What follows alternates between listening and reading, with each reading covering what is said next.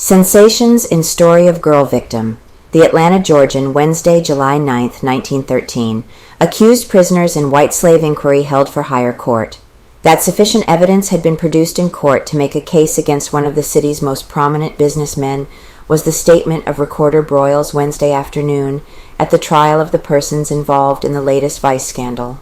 Lena Barnhardt, alleged white sliver and procuress, was bound over to the higher court under a bond of $500. Hattie Smith, who claimed in court to be a white slave victim of the Barnhardt woman, was placed under $100 bond for the higher court.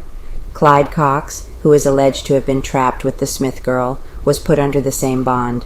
Elijah Murray, colored bellboy at the Cumberland Hotel, who, the Smith girl testified, had arranged dates for the woman inmates of the hotel, was held in default of $100 bond. Hattie Smith repeated the sensational story she previously had told to the detectives in regard to her meeting with the Barnhardt woman, and of the manner in which she was lured into a life of shame. Aside from the sensational revelations of a systematic white slavery business carried on in some of the city's hotels, the girl's most startling testimony had to do with the prominent businessman whose name she mentioned in open court. The Smith girl testified that she had seen the man she named in room 40 at the Cumberland Hotel, occupied by the Barnhardt woman. She said that she was able positively to identify him. Recorder Broyles declared the evidence was sufficient to make a case against him. Chief Beavers was interviewed and said that he would make an investigation to verify the Smith girl's story. The Barnhardt woman testified in her own behalf, and while corroborating the Smith girl's story and some of its details, said that she registered the girl at the Cumberland as Lucille Evans because that was the name given by the girl. She said that Hattie Smith was without money and that she was merely doing her a benefaction. She denied the white slavery charges. The bellboy also denied the charges that he had acted as a go-between, crusade against clubs. Simultaneous with the vice probe, Chief Beavers and Recorder Broyles are conducting a determined crusade against the locker clubs of the city, which may be found violating the law.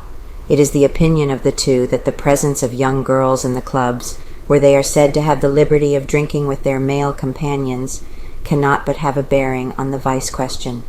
The practice of allowing girls of tender years to drink in the locker clubs I regard as the most serious phase of the whole locker club question, said Recorder Broyles after a conference with Chief Beavers Wednesday noon.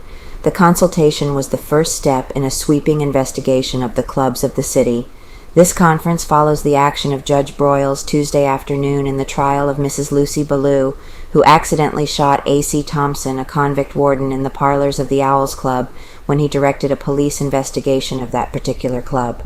Chief Beavers announces his purpose to obey the orders of the court to the letter, and the Owls Club is expected to be put under fire at once. Court goes after truth.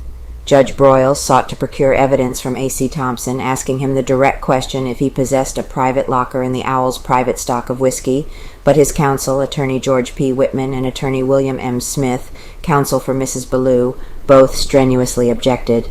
When they insisted that this had no bearing on the wounding of Thompson, the court remarked, "Well, we're after the truth in this matter. We want to know something of the conduct of these locker clubs.